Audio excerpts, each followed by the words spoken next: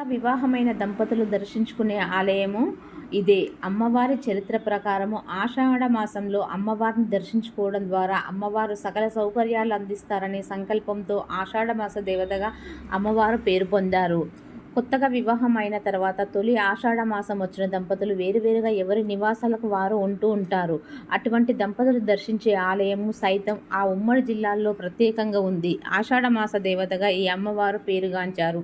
దీంతో పుట్టింటికి వచ్చే ఆడపడుచులతో పాటు కొత్తగా పెళ్ళైన దంపతులు సైతం ఆషాఢ మాసంలో అమ్మవారిని దర్శించుకోవడంతో ఈ అమ్మవారి ఆశీస్సులతో వారి దాంపత్య జీవితము సుఖ సంతోషాలతో మెలుగుతుందని ఎంతో విశ్వాసంతో భక్తులు చెప్తూ ఉంటారు. ఇంతకీ ఆలయం ఎక్కడుంది, ఆలయ విశేషాలు ఏంటో చూద్దాం.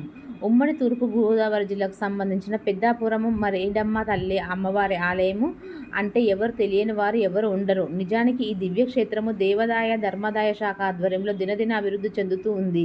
అయితే ఒక ఆషాఢ మాసంలో మాత్రమే భక్తులు పెద్ద ఎత్తున అమ్మవారిని దర్శించుకుంటూ ఉంటారు. మిగిలిన రోజుల్లో ఈ ఆలయం ఖాళీగానే ఉంటుందని చెప్పుకోవచ్చు.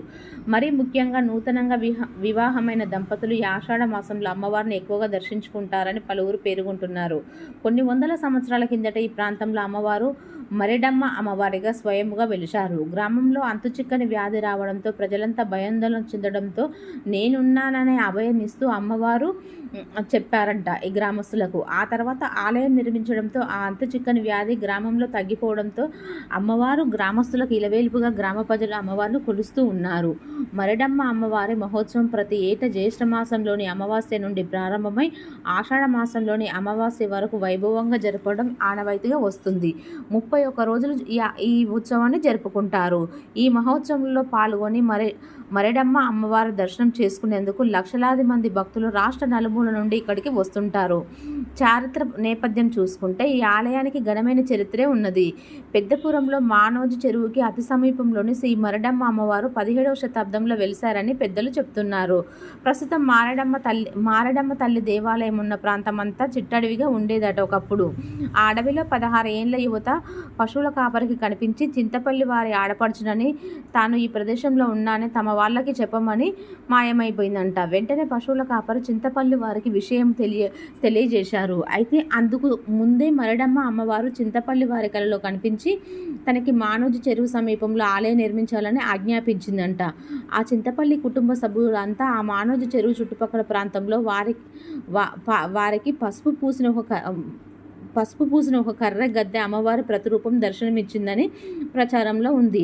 ఆ గద్దెని అక్కడ ప్రతిష్ఠించి తాటాకు పాక వేసి ఆనాటి నుంచి నిత్య ధూప దీప నైవేద్యాలను చెల్లించి ఆరాధిస్తున్నట్లు స్థానికులు చెప్తున్నారు.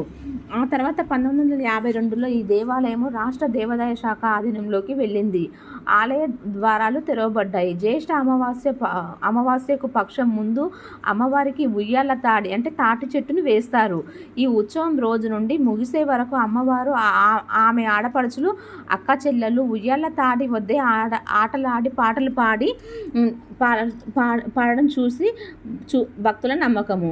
ఈ ఉయ్యాల తాటిని రైతుల వారి పొలాల గట్ల మీద నుండి సమర్పిస్తారు. ఉయ్యాల తాటిని కేవలం భుజాల మీద మాత్రమే దాదాపు 100 మంది దళిత సోదరులు ఊరేగింపుగా డప్పుల దరువులతో గరగర నృత్యాలతో దారి పొడవున గ్రామ ప్రజలు ఆడపడుచులు తాటీలకు నీళ్లు పోస్తూ పసుపు కుంకుమలు రాస్తూ పెద్దాపురం కోట ముందు మీదుగా గుడి వద్దకు తీసుకువస్తారు.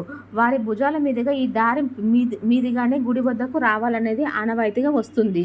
ముఖ్యంగా ఆదివారం గురువారం పర్వదినాల్లో అమ్మవారిని దర్శించుకునేందుకు లక్షలాది భక్తులు పెద్దాపురం చేరుకుంటారు. ఇసుక వేస్తే రాలని విధంగా క్షేత్ర ప్రాంగణం అంతా భక్తజనం సందోహంతో కిటకిటలాడుతూ ఉంటుంది. జ్యేష్ఠ మాసంలోని అమాస నుండి ఆషాఢ మాసంలోని అమాస వరకు 31 రోజులు కోలాటం వంటి నృత్యాలతో వేలాది మంది గుమిగూడుతారు మరియు కర్రలతో శారీరక విన్యాసాలు నైపుణ్యాలను ప్రదర్శిస్తారు. సంగీతము, నృత్యము, డ్రమ్మింగ్, గగర నృత్యాలు, ఊరేగింపులు, మతపరమైన కార్యకలాపాలతో కూడా ఆనందిస్తారు. పండుగ సందర్భంలో జరిగే జాతరలో అనేక రకాల గృహోపకరణాలు అమ్ముడవుతాయి మరియు వ్యవసాయ ప్రదర్శనలు కూడా ఇక్కడ జరుగుతాయి. కుంభం అలంకరించబడిన పాత్రలతో తెరిచిన బండ్లల్లో ఉంచబడుతుంది. కొన్నిసార్లు ఆ వ్యక్తులు పోలిన దుస్తులు ధరించిన పురుషులు మరియు స్త్రీలు బండ్లపై నిలబడతారు. ఈ బండ్లను సంగీతం మరియు నృత్యాల సహకారంతో ఆలయానికి ఊరేగింపుగా తీసుకెళ్తారు మరియు దేవునికి సమర్పిస్తారు. తర్వాత ఆహారాన్ని ప్రసాదంగా పంపిణీ చేస్తారు. ఒక ఉమ్మడి తూర్పుగోదావరి జిల్లాలే కాక ఉమ్మడి విశాఖ పశ్చిమ ఇలా ఉమ్మడి పశ్చిమ ఇలా ఇతర ప్రాంతాల నుంచి సైతం పెద్ద ఎత్తున ఏడాదికి ఒకసారి దర్శించే ఈ అమ్మవారిని ఆషాఢ మాసంలో దర్శించుకొని ఆధ్యాత్మిక పారవస్యం పొందుతారు.